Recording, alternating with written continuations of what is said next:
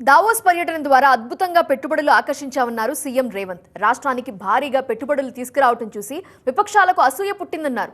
ఎవరెంత విమర్శించినా అంతర్జాతీయ స్థాయిలో రాష్ట్రాన్ని అభివృద్ధి చేయాలి అనేది తమ ఆలోచన అంటున్నారు.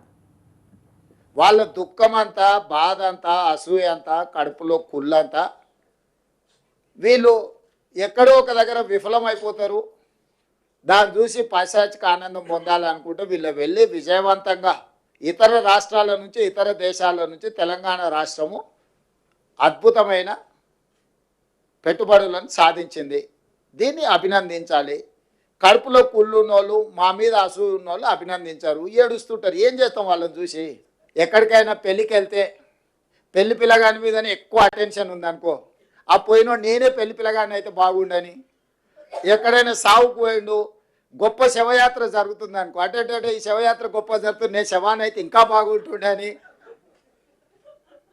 అంటే వాళ్ళకి ఎంతసేపు ఉన్న అటెన్షన్ అంతా వాళ్ళ మీదనే ఉండాలని ఒక పిచ్చి ఉంటుంది.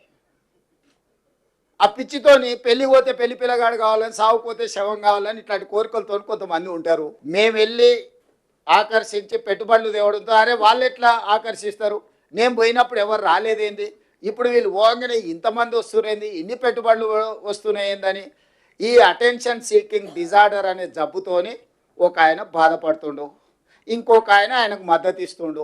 థాయిలాండ్ కావచ్చు, ఫిన్లాండ్ కావచ్చు, యుఎస్ కావచ్చు, సౌత్ కొరియా కావచ్చు, ఇట్లా ఒక చాలా దేశాల పేరు చెప్పగలుగుతారు. వాళ్ళందరూ చైనాకు ప్రత్యామ్నాయంగా ఒక అనుకూలమైన దేశం కోసం, ప్రాంతం కోసం ఎత్తుకుతూరు పెట్టుబడులు పెట్టడానికి. అందుకే నేను టైమ్ అండ్ అగైన్ ప్రతి ప్లాట్ఫామ్లో చెప్పిన చైనా +1 అనే పాలసీకి తెలంగాణ అనుకూలము, తెలంగాణకు రాంటి, తెలంగాణకు పెట్టుబడులు పెట్టండి, తెలంగాణ స్టేట్ను ప్రమోట్ చేసుకున్నాం మనము.